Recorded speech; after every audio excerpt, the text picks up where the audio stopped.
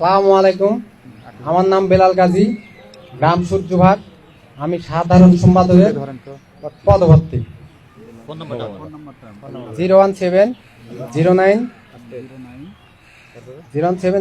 45 84 63।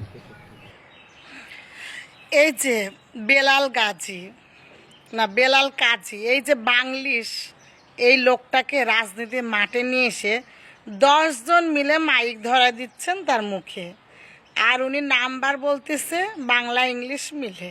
আমি লোকটাকে ছোট করতে চাই না, কারণ উনি সাধারণ সহজ সরল খেটে খাওয়া মানুষ। কিন্তু এই লোকটাকে ওখানে যারা সচেতন নাগরিক আছে, যারা শিক্ষিত, তারা কেন নিয়ে এসে সার্কাসে নামাতে হবে? উনি সাধারণ একজন কর্মী হিসাবে ঠিক আছে, রাখতেই পারে, কিন্তু মঞ্চ মানে স্টেজে উঠাই দিয়ে মাইক হাতে করে আবার ভিডিও করে, এখানে নিশ্চয়ই অন্য কোনো কর্মীরা ওখানে যায়নি, ওখানে সবগুলো বিএনপি কর্মী ছিল। এবার সেই ভিডিওটা বানিয়ে এই যে সোশ্যাল মিডিয়াতে ছেড়ে দিয়ে এই লোকটাকে হাস্যকর জোকার না বানালেও পারতেন আপনারা।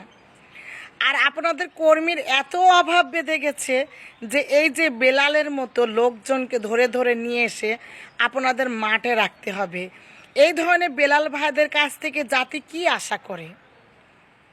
আপনারাই বলেন। যিনি নিজের নাম্বারটা, কন্ট্যাক্ট নাম্বারটা অর্ধেক ইংলিশ অর্ধেক বাংলা বলেন, যিনি কথা বলতে গিয়ে মাইকটা কিভাবে হাতে ধরতে হয় সেখানে আপনারা নিজেরাই 10 জন সুন্দর করে যে মাইকটা সেট আপ করে দিচ্ছেন, তো সেখানে এই লোকের দ্বারা জাতি কি উপকৃত হবে?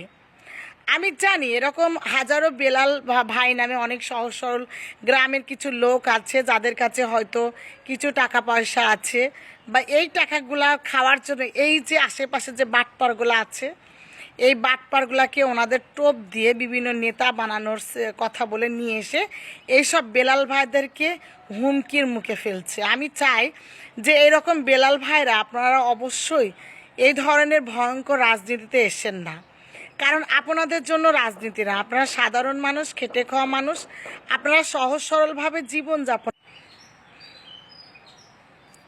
করেন, বরং সেটাই ভালো হবে।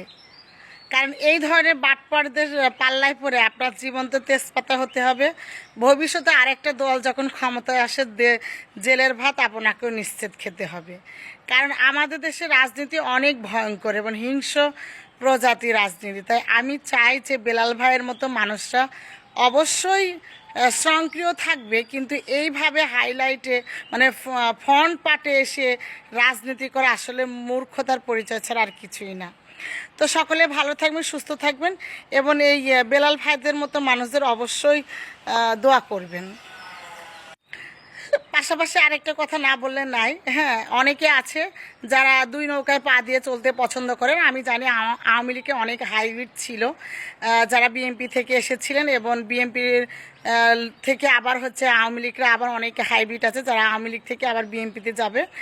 তো তাদের জন্য এই বিএনপির পথ খোলা রয়েছে, এই দলগুলোর খোলা রয়েছে। আপনারা অবশ্যই যান, যে দরকার হলে আপনি বিএনপিদের এই যে শূন্য জায়গাগুলো পূরণ করে দেন, কারণ তাদের বক্তব্য দেওয়ার জন্য লোকের বড় অভাব বেঁধে গেছে, কর্মীর বড় অভাব বেঁধে গেছে, নেতার বড় অভাব বেঁধে গেছে। তো আপনারা এই মানে শূন্যস্থানগুলো পূরণ করে দেন। তো সকলে ভালো থাকেন।